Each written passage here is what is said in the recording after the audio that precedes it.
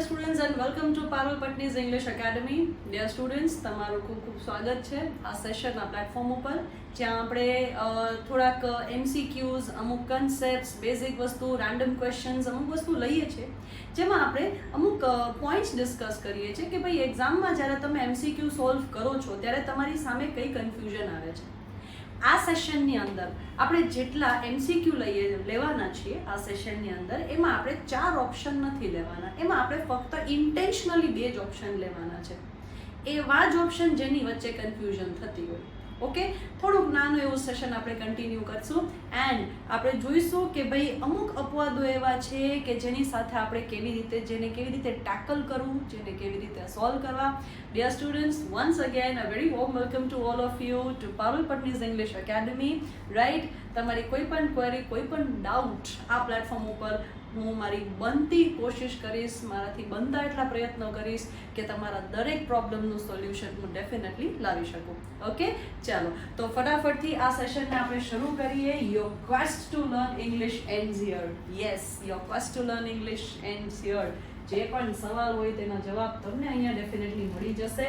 તો આ સેશનની અંદર આપણે અમુક પોઈન્ટ્સ જોવાના છે કે ના, તો દેટ ઇઝ સબ્જેક્ટ વર્બ અગ્રીમેન્ટના. સબ્જેક્ટ વર્બ એગ્રીમેન્ટ, કર્તા અને ટુ બી ના રૂપની વચ્ચે શું સંબંધ છે, અમુક MCQ જોઈએ છે. બાકી આના જે ડિટેલ કોન્સેપ્ટ છે આપણે જ્યારે ચેપ્ટર વાઇઝ લઈશું ત્યારે ડેફિનેટલી તેમાં આપણે આગળ વધીશું. રાઈટ, સબ્જેક્ટ ઓફ એગ્રીમેન્ટમાં ઘણા લોકોને ખાલી એવું જ હોય કે ચલો હી આવે છે તો ઇઝ મૂકવાનું છે, શી આવે છે તો ઇઝ અને ધે છે તો આર. જો કે હવે ઘણા લોકો જે લોકો સિરિયસલી તલાટીની ટેટાટની તૈયારી કરી રહ્યા છે, જે લોકો સબ્જેક્ટ ઓફ એગ્રીમેન્ટ ચેપ્ટર કરી ચૂક્યા છે, એ લોકોને હવે સારી રીતે ખબર છે કે આટલું ઇઝી તો નથી જ. તમારે કોઈ પણ વાક્યની અંદર સબ્જેક્ટ વર્બ એગ્રીમેન્ટમાં કરવાનું શું હોય તો કે કર્તા પ્રમાણે એક વચન બહુવચનમાં ટુ બીનું રૂપ મૂકવાનું હોય. આપણે કેમ હી છે એક વચન છે તો ઇઝ મૂક્યું છે, એવી રીતે કર્તા પ્રમાણે ટુ બી નું રૂપ એક વચન બહુવચનમાં મૂકવાનું હોય. હવે ટુ બી ના રૂપ કયા કયા તો કે am, is, are, was, were, will, shall, have, has, do, does, આ બધા શું છે? આ બધા ટુ બી ના રૂપ છે. તો કર્તા પ્રમાણે તમારે ટુ બી ના રૂપ મૂકવાના છે. રાઈટ, હવે નક્કી કરો ગમે ત્યારે, આ તમને સાવ બેઝિક સિમ્પલ પોઈન્ટ આપું છું. સબ્જેક્ટ વર્બ એગ્રીમેન્ટની અંદર તમારે 3 વસ્તુ સાથે જ ગેમ રમવાની છે. એક તો તમારે કર્તા સાથે નક્કી કરો કે તમારો કર્તા કોણ છે. ત્યાર પછી નક્કી કરો કે એ કર્તા એક વચન છે કે બહુવચન છે. જેવું જ નક્કી થઈ જાય ને પછી તેના પ્રમાણે ટુ બી નું રૂપ મૂકો. તેના પ્રમાણે ટુ બી નું રૂપ મૂકો. નક્કી થઈ જાય એટલે મૂકી દો તેના પ્રમાણે. શું તો કે ટુ બી નું રૂપ. બરાબર, કરતા એક વચન ટુ બી નું રૂપ એક વચન, કરતા બહુવચન ટુ બી નું રૂપ બહુવચન. પણ આવું જરૂરી નથી. મેની અ ટાઈમ્સ તમને અમુક શબ્દો એવા દેખાશે, યસ, મેની અ ટાઈમ્સ તમને અમુક શબ્દો એવા દેખાશે કે જે જોવામાં બહુવચન લાગે પણ હોય એક વચન. ફોર એક્ઝામ્પલ, હું એમ કહું ન્યૂઝ, એક ન્યૂઝ હોય કે 10 ન્યૂઝ હોય. ન્યૂઝ પછી ઇઝ જ આવે છે, કોઈ દિવસ આર નથી આવતું. હું ઇઝ અને આર ને બેઝ એક્ઝામ્પલ લઈશ. તમારે ખાલી એટલું સમજવાનું છે કે એક વચન જ આવશે, બહુવચન નહીં આવે. તો બહુવચન જ આવશે, એક વચન નહીં આવે. આપણે ઇઝ અને આર ના એક્ઝામ્પલ થકી લઈએ છીએ, જે પણ લઈએ છીએ. ઓકે, પછી હું એમ કહું કે ફોર એક્ઝામ્પલ અમુક વિષયના નામ છે, જેમ કે મેથેમેટિક્સ. વિષયનું નામ છે, ઇઝ આવશે, અહીંયા એકે પ્રકારનો આર આવશે નહીં. પણ અમુક શબ્દ એવા હોય છે કે જોવામાં એક વચન લાગે પણ એના પછી ટુ બી નું રૂપ હંમેશા બહુવચન હોય. સમજાવું કેવી રીતે? અમુક શબ્દો જેવા કે કેટલ, ડિયર, શીપ, આ શબ્દો એવા છે જેનું એક વચન પણ આ જ છે અને બહુવચન પણ આ જ છે. કેટલનું કેટલ્સ નથી થતું, શીપનું શીપ્સ નથી થતું, ડિયરનું ડિયર્સ નથી થતું. બધું એક જ છે, જે છે એઝ ઇટ ઇઝ જ રહી છે. ઓકે, તો આના પછી આ જ એક વચન, આ જ બહુવચન, પણ આના પછી ટુ બી નું રૂપ મૂકવામાં આવે છે. ટૂંકમાં ટુ બી નું રૂપ હંમેશા બહુવચન મૂકવામાં આવે છે. કોઈ દિવસ કેટલ ઇઝ નથી બોલાતું, કેટલ આર બોલાય છે. બરાબર? કોઈ દિવસ શીપ ઇઝ નથી બોલાતું, શીપ આર બોલાય છે. એટલે આવી વસ્તુનું ધ્યાન રાખજો. નાની નાની બાબતો છે આ, કે ક્યાં એક વચન આવશે ને ક્યાં બહુવચન આવશે. ફર્નિચર, ફર્નિચર એક હોય કે 10 હોય, ફર્નિચર ને ફર્નિચર જ કહેવાય, ફર્નિચર્સ ના કહેવાય. લગેજ એક હોય કે 10 હોય, લગેજ જ કહેવાય, બેગેજ જ કહેવાય. Furniture is, luggage is, baggage is.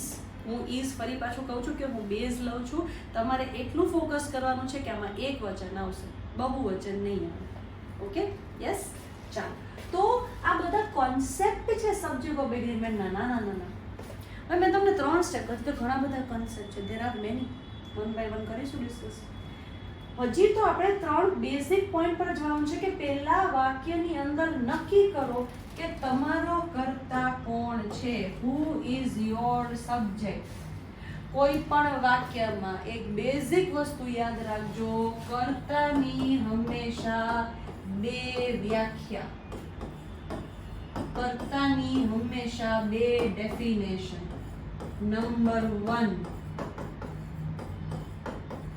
કાર્ય કરનાર વ્યક્તિ. નંબર 2, જેના વિશે વાત થાય છે તે. કર્તાની 2 ડેફિનેશન. નંબર 1, કર્તા એટલે કાર્ય કરનાર વ્યક્તિ. નંબર 2, કર્તા એટલે જેના વિશે તમે વાત કરો છો એ. કારણ કે દરેક વાક્યમાં કાર્ય કરવું જરૂરી નથી. હું એમ કહું કે પારુલ ઇઝ ટીચિંગ ઇંગ્લિશ, તો અત્યારે કાર્ય કોણ કરે છે? પારુલ. બરાબર, તો હું કરતા છું. પણ હું એમ કહું કે પારુલ ઇઝ અ ટીચર, આમાં હું કાર્ય નથી કરતી, પણ આમાં મારા વિશે જ વાત થાય છે. ખ્યાલ આવ્યો? પછી હું એવી રીતે લખું કે the cost of these ornaments dash high. હવે તમને is અને r આપ્યું છે તો અડધા લોકો તો આ જોવે ને, હા ઓર્નામેન્ટ્સ લખ્યું છે, બહુવચન છે તો r આવશે નહીં. તમે ઓર્નામેન્ટ્સ વિશે વાત જ નથી કરતા. Here you are talking about its cost. તમે, કારણ કે હાઈ શું છે? ઓર્નામેન્ટ્સ છે કે કોસ્ટ છે? છતાં પણ ના ખબર પડે ને તો કર્મમાંથી ખબર પડી જશે કે ભાઈ વાક્યના અંતે શું લખ્યું છે, કર્મના સ્થાને કોણ છે, તો કે હાઈ. હાઈ શું હોય? ઓર્નામેન્ટ્સ હોય કે કોસ્ટ હોય? તો કે ઓર્નામેન્ટ્સની કોસ્ટ હોય. યસ, તો તમારો મુખ્ય કર્તા છે કોસ્ટ. ધેટ ઇઝ અહીંયા તમારો સાચો જવાબ આવશે ઇઝ. આરની આવે. આપણે આદત હોય ને, આપણે બ્લેન્કની પહેલાનો શબ્દ જોઈ લઈએ અને નક્કી કરી નાખીએ કે અહીંયા ટુ બીનું રૂપ શું આવશે. We just decided. પણ એવું નહીં કરવાનું. કર્તા પ્રમાણે ટુ બીનું રૂપ શું આવશે તે નક્કી કરવાનું. ને કર્તાની વન્સ અગેન કેટલી ડેફિનેશન? 2. નંબર 1, કાર્ય કરનાર વ્યક્તિ. નંબર 2, જેના વિશે તમે વાત કરો છો. ડન છે? અહીં સુધી ક્લિયર? યસ. ચાલો, પછી નક્કી કરો એ એક વચન છે કે બહુવચન. ભાઈ આ એક વચન હતું, એક વચન હોય તો એક વચન, બહુવચન હોય તો બહુવચન. પણ આ ઘણા બધા નિયમોથી આ વસ્તુ બંધાયેલી છે. ઓકે, ચાલો ટ્રાય કરીએ. મેં ઇન્ટેન્શનલી 2 ઓપ્શન્સ લીધા છે. એક્ઝામમાં ભલે 4 ઓપ્શન આવતા હોય, પણ આપણે અત્યારે અહીંયા એક વચન બહુવચનની વચ્ચે જ ડિફરન્સ કાઢવાનો છે. ઓકે, પહેલો જ ક્વેશ્ચન અપવાદવાળો છે, લઈ લઈએ. ઓકે, ચાલો. શું લખ્યું છે? સોરી, પહેલો નહીં, આના પછીનો. આઈ એમ સો સોરી. આ કંઈ એટલો મોટો અપવાદ નથી. લખ્યું છે મેન એન્ડ વુમન. માણસ મતલબ એક પુરુષ અને મહિલા એ બંને એકબીજા પ્રત્યે કોમ્પ્લિમેન્ટરી હોય છે. તો મેન એન્ડ નોર્મલી કોઈ પણ 2 કરતા એન્ડ વડે જોડાય તો ટુ બી નું રૂપ હંમેશા બહુવચન આવે છે. તો man and woman are complementary to each other. તે બંને એકબીજા પ્રત્યે કોમ્પ્લિમેન્ટરી હોય છે, એકબીજાને પૂરા કરે છે. તો here your answer will be are. હવે જોઈએ આપણે અહીંયા concept of and. Subject verb agreement ની અંદર આપણે એન્ડ નો કન્સેપ્ટ જોઈએ. Concept number 1, subject of agreement ની અંદર શું જોવાનું છે? એન્ડ નો કન્સેપ્ટ. કન્સેપ્ટ નંબર 1, કોઈ પણ બે કરતા એન્ડ વડે જોડાયા હોય તો આગળ ટુ બી નું રૂપ હંમેશા શેમાં આવે? બહુવચનમાં. ટુ બી નું રૂપ એટલે am is, are, was, were, will, shall, have, has, do, does. જો કે વિલ, શેલ તો મોડલ ઓક્ઝિલરી છે. For example, I and you are neighbors. આપણે બંને પાડોશીઓ છીએ. નોર્મલી બે કરતા કોના વડે જોડાયા? એન્ડ વડે. આગળ શું આવ્યું? આ સિમ્પલ સામાન્ય પહેલો કન્સેપ્ટ છે એન્ડ નો. હવે આવીએ એન્ડ નો કન્સેપ્ટ નંબર 2. શું કન્સેપ્ટ છે? તો કે એન્ડ નો કન્સેપ્ટ એવો છે કે કોઈ પણ બે કરતા એન્ડ વડે જોડાયા છે અને તે કર્મને સંબોધિત કરે છે. ભગવાન જાણેનું મીનિંગ શું છે? અને તે કોને સંબોધિત કરે છે? કર્મને સંબોધિત કરે છે. ક્લિયર છે? રાઈટ. તો ટુ બી નું રૂપ કર્મ નક્કી કરશે, કર્તા નક્કી નહીં કરે. હવે આ શું? તો કે આના જેવા તમે એક્ઝામ્પલ જોશો ને તો વધારે ઈઝી લાગશે. ટુ બી નું રૂપ કર્મ નક્કી કરશે. જેમ કે તમને ખ્યાલ જ છે બધાને કે આનું એક એક્ઝામ્પલ લખું, that is bread and butter dash my favorite dish. Bread and butter, ભલે ને બ્રેડ અલગ છે, બટર અલગ છે, પણ એ મળીને બની તો એક વાનગી ને. કે શું ખાશો આજે? બ્રેડ બટર ખાશું બ્રેકફાસ્ટમાં? બ્રેડ બટર શું થયું? મળીને એક વાનગી બની ગઈ. કારણ મને કેમ ખબર પડશે? લાસ્ટમાં ડિશ, ડિશ એટલે એક પ્રકારની વાનગી. ખ્યાલ આવ્યો? તો કર્મ છે કર્તા અને my favourite dish, this is your object. આ તમારો ઓબ્જેક્ટ છે. એક વચન છે તો ટુ બી નું રૂપ પણ એક વચન આવશે. Bread and butter is my favourite dish. અચ્છા, હવે ઘણા લેજેન્ડરી લોકો એવા હોય કે બ્રેડ અલગથી ખાય ને બટરની ચમચી અલગથી ભરે. ખબર નહીં એવા લોકો એક્ઝિસ્ટ કરે છે કે નહીં, પણ ચાલો માની લ્યો એને અલગથી ખાવું છે. તો અંતે ડિશિસ આવશે ને પછી આર આવી જશે. ચલો થોડુંક યોગ્ય એક્ઝામ્પલ લઈએ આપણે આનો. Let's take a valid example of it. આપણે વેલિડ એક્ઝામ્પલ લઈએ. હું એમ કહું કે rice and curry dash my favorite dish. ચાલો, હવે ઘણા લોકો એવા છે કે જેને રાઈસ એન્ડ કરી એટલે દાળ ભાત સાથે ભાવતા હોય, ખાય દાળ ભાત સાથે મિક્સ કરીને ખીચડી જેવું બનાવીને ખાતા હોય, તો બની ગઈ એક પ્રકારની વાનગી. તો અહીં આવી જશે રાઈસ એન્ડ કરી ઇઝ માય ફેવરેટ ડિશ. કોઈ કેવું કહેશે કે ના મને દાળ અલગથી ભાવે છે ને રાઈસ પણ અલગથી ભાવે છે, મારે બંનેને અલગ અલગ વાનગી તરીકે ટ્રીટ કરવા છે. તો અહીંયા વાક્ય આવી રીતે બનશે કે રાઈસ એન્ડ કરી dash my favorite dishes. કર્મ નક્કી કરશે કે ટુ બી નું રૂપ શું આવશે? It will be are my favorite dishes. That's it. Clear? Yes? અચ્છા, પછી હું એમ કહું કે આ બધું આપણે સેકન્ડ કન્સેપ્ટ ડિસ્કસ કરીએ છીએ કે બે કરતા એન્ડ વડે જોડાય પણ કર્મ નક્કી કરશે કે ટુ બી નું રૂપ શું આવશે. બરાબર? એ તમને જોડીમાં જ દેખાશે. ફોર એક્ઝામ્પલ હું તમને હજી સરસ મજાના એક્ઝામ્પલ આપું છું. ધ્યાન દેજો. આ બધા વાક્ય છે ને જોડીમાં જ હોય છે હંમેશા. ફોર એક્ઝામ્પલ હું એમ કહું કે milk and honey dash my favorite drink. આનો મીનિંગ શું થશે? કે મને મિલ્ક અને હની બંને મિક્સ કરીને પીવા પસંદ છે. બરાબર? તો આ એક ડ્રિંક થયું. તો the answer will be milk and honey is my favorite drink. But if you say that કે milk and honey dash my favorite drinks, તો તો શું આવી જશે? આર. કારણ કે મને મિલ્ક પણ અલગથી ભાવે છે અને હું હની પણ અલગથી કન્ઝ્યુમ કરું છું, રાઈટ? તો આગળ શું આવી જશે? ડ્રિંકની જગ્યાએ ડ્રિંક્સ આવી જશે, તો આર આવશે. ચલો હજી એક શબ્દ આપો, one more sentence.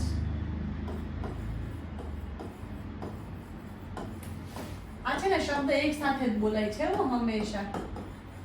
Bed and breakfast was good at the hotel. આ તો શબ્દ જ એક સાથે બોલાય છે કે bed and breakfast. Bed and breakfast નો મીનિંગ શું થાય સમજાવું.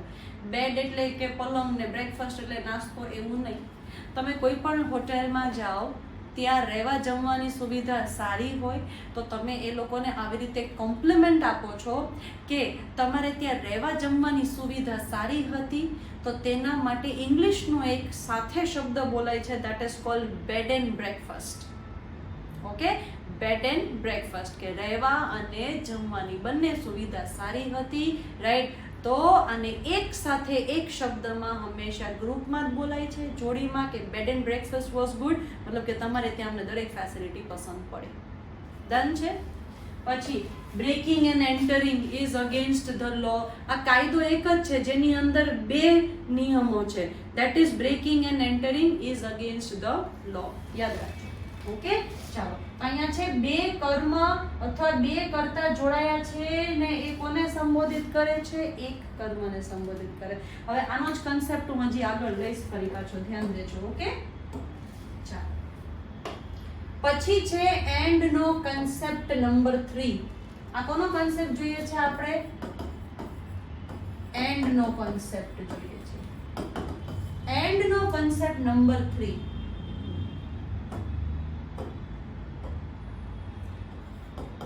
કોઈ પણ બે કર્તા એન્ડ વડે જોડાયા છે, બંનેની બાજુ આર્ટિકલ એ, એન અથવા ધ, ત્રણમાંથી કંઈ પણ આપ્યો હોય. કોઈ પણ બે કર્તા કોના વડે જોડાયા છે? એન્ડ વડે. બંનેની આજુબાજુ આર્ટિકલ આપ્યો છે એ, એન અથવા ધ, રાઈટ? તો ત્યાર પછી ટુ બી નું રૂપ હંમેશા આવશે બહુવચન. ધ્યાનથી સાંભળજો ખાલી. Point number 1. પોઈન્ટ નંબર 2, બે કર્તા એન્ડ વડે જોડાયા છે. બે કર્તા કોના વડે જોડાયા છે? એન્ડ વડે જોડાયા છે. નંબર 1. બંનેમાં ખાલી ફક્ત કર્તાની સાથે એ, એન અને ધ આપ્યું છે, બીજા સાથે કંઈ નથી આપ્યું. તો અહીંયા ટુ બી નું રૂપ હંમેશા શેમાં આવશે? એક વચનમાં. Very simple. હું એમ કહું કે a black and a white sari. A black and a white, ચાલો ટેબલ મૂકી દઈએ, સાડીમાં અડધા લોકોને તકલીફ થશે. A black and a white sari, બંને કર્તાની બાજુમાં આર્ટિકલ છે, તો a black and a white table, તો હંમેશા આવશે આર.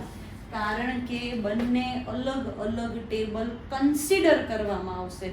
એક બ્લેક ટેબલ છે, એક વ્હાઈટ ટેબલ છે, આ ક્લાસમાં મૂકવામાં આવ્યા છે. ઓકે, બીજું, જો હું એમ કહું કે a black and white table, શું ફરક છે ઉપરનામાં નીચેમાં? નીચેમાં મેં આર્ટિકલ નથી મૂક્યો, બીજામાં ખાલી પહેલા સાથે જ મૂક્યો છે. A black and white table is kept in the class. કારણ કે એક જ ટેબલ છે, એ બ્લેક પણ છે અને એ વ્હાઈટ પણ છે, બંને પેન્ટ એની ઉપર લાગ્યા છે, તો આગળ જતા શું આવશે? ઇઝ આવશે. યસ, ઓકે, ચાલો. તો આ થયો તમારો એન્ડ નો નેક્સ્ટ કન્સેપ્ટ. ચાલો હું હજી એક એક્ઝામ્પલ આપું. એક્ઝામ્પલ નહીં, તમને જ આપું છું. હું એમ કહું કે the producer and the director. The producer and the director. શું આવશે? Was કે were? Of course were in the party, કે તે પાર્ટીમાં હતા. ડન છે? કારણ કે પ્રોડ્યુસર પણ અલગ વ્યક્તિ છે ને અહીંયા ડિરેક્ટર પણ અલગ વ્યક્તિ છે. પણ જો હું એમ કહું તો કે ધ પ્રોડ્યુસર એન્ડ ડિરેક્ટર, તો મારે કહેવાનું રહેશે વોઝ ઇન ધ પાર્ટી, તે પાર્ટીમાં હતા, કારણ કે આ જ વ્યક્તિ પ્રોડ્યુસર છે અને આ જ વ્યક્તિ ડિરેક્ટર પણ છે. ખ્યાલ આવ્યો? યસ. તો એક જ વ્યક્તિ બંને રોલ પ્લે કરે છે, તો અહીંયા શું આવી જશે? Was in the party. જે પણ આવશે તે એક વચનમાં આવશે. શ્યોર? ક્લિયર છે? ઓકે, ચાલો. તો આ થયા તમારા એન્ડના ટોટલ 3 કોન્સેપ્ટ. આઈ હોપ સમજમાં આવ્યા હશે. Next question. ઇન્ટરેસ્ટિંગ ક્વેશ્ચન છે. આની અંદર 2 પોઈન્ટ છે જે ધ્યાનમાં લેવાના છે. શબ્દ છે પ્લેન્ટી ઓફ. પ્લેન્ટી ઓફ એટલે ભારી માત્રામાં. પ્લેન્ટી ઓફ એટલે ભારી માત્રામાં. ધ્યાન દેજો, જ્યારે પણ પ્લેન્ટી ઓફ શબ્દની આસપાસ, જ્યારે પણ પ્લેન્ટી ઓફ શબ્દની આસપાસ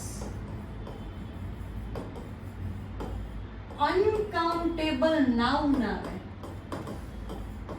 ત્યારે ટુ બી નું રૂપ એકવચન આવશે. અનકાઉન્ટેબલ નાઉન અથવા તો જે પણ છે એ, જો કે નાઉન આવશે તો અનકાઉન્ટેબલ જ આવશે મોસ્ટલી, બરાબર.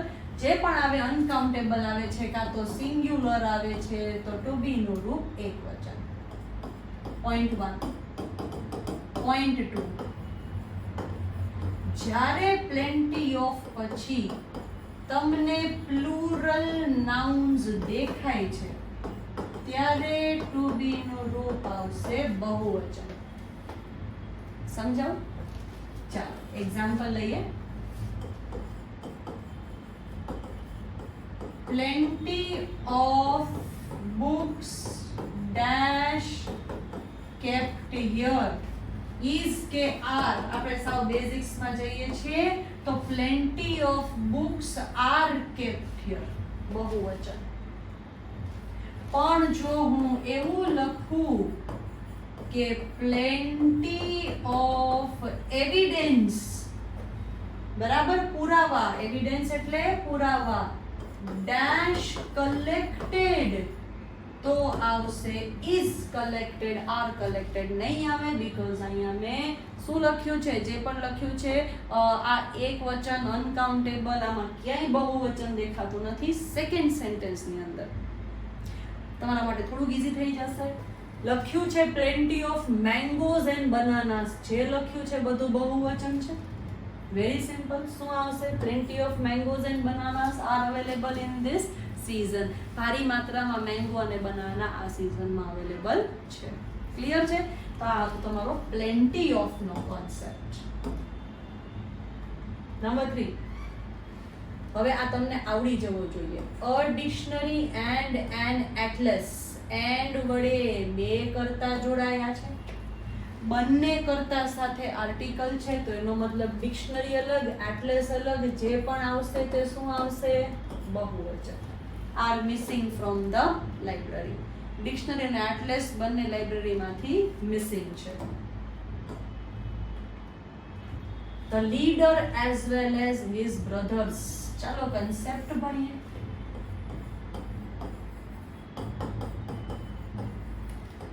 કન્સેપ્ટ ઓર રૂલ.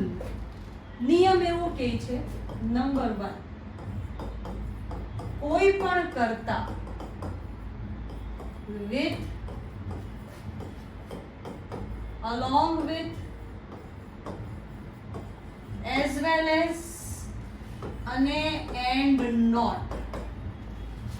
કોઈ પણ બે કરતા પછી બીજા કરતા પછી જે તમારે જોડવું હોય તો, પણ કોઈ પણ કરતા with, along with, as well as અને and not વડે જોડાયા હોય, રાઈટ, તો હંમેશા પહેલો કર્તા નક્કી કરશે, પહેલો કર્તા નક્કી કરશે કે ટુ બી નું રૂપ શું આવશે. પહેલો કર્તા એક વચન તો ટુ બી નું રૂપ એક વચન, પહેલો કર્તા બહુવચન તો ટુ બી નું રૂપ પણ બહુવચન. વિથ along with અને શેમાં તો કે as well as માં. હવે એમાં લખ્યું છે કે the leader as well as his brothers. આપણે આ બ્લેન્ક છે ને, બ્લેન્ક ને જોઈને નક્કી નથી કરવાનું. બ્લેન્ક ની પહેલા જે શબ્દ છે નહીં, લીડર છે. લીડર શું છે? એક વચન છે કે બહુવચન છે? એક વચન. અહીંયા જે પણ આવશે એ એક વચનનું રૂપ આવશે. હવે આપણે અટવાણા બીજી વસ્તુમાં. બીજી વસ્તુમાં એવું કે belong તો ક્રિયાપદ છે, belongs પણ ક્રિયાપદ છે. પણ જો તમને આઈડિયા હોય તો belong ક્રિયાપદનું મૂળ રૂપ છે અને belongs ક્રિયાપદનું V5 છે. V5 એટલે ક્રિયાપદનું S, ES અને IES વાળું રૂપ. શું આવે? V1 ક્રિયાપદનું મૂળ રૂપ, ફોર એક્ઝામ્પલ પ્લે અથવા તો eat. V2 એટલે ક્રિયાપદનું ભૂતકાળનું રૂપ, played અથવા તો ate. V3 એટલે ભૂત કૃદંત, that is eaten. V4 એટલે ક્રિયાપદનું ing, playing અને eating. બસ જીવનમાં મારે પણ આ બે જ કામ છે ખાલી. V5 that is plays અને eats. V5 એટલે ક્રિયાપદનું SES IS વાળું રૂપ, ફોર એક્ઝામ્પલ fly એટલે ઉડવું, તો flies. V5 અને V1 હું લખું છું. આને કહેવાય મૂળ રૂપ, ભૂતકાળનું રૂપ. ભૂત કૃદંત એટલે પાસ્ટ પાર્ટિસિપલ, વર્તમાન કૃદંત એટલે પ્રેઝન્ટ પાર્ટિસિપલ. ઇંગ્લિશમાં લખી નાખીએ આપણે.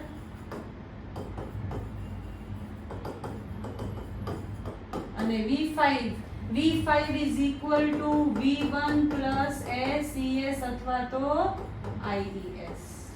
ડન છે? Yes, okay. ચાલો, તો આ વસ્તુનું ધ્યાન રાખજો કે અહીંયા આપણી પાસે પહેલા તો બે ક્રિયાપદ છે. આની સાથે કેવી રીતે ડીલ કરવાની, સાવ શોર્ટમાં સમજાવું છું. ધ્યાન રાખજો, હું તમને એક શોર્ટકટ કોન્સેપ્ટ આપું છું.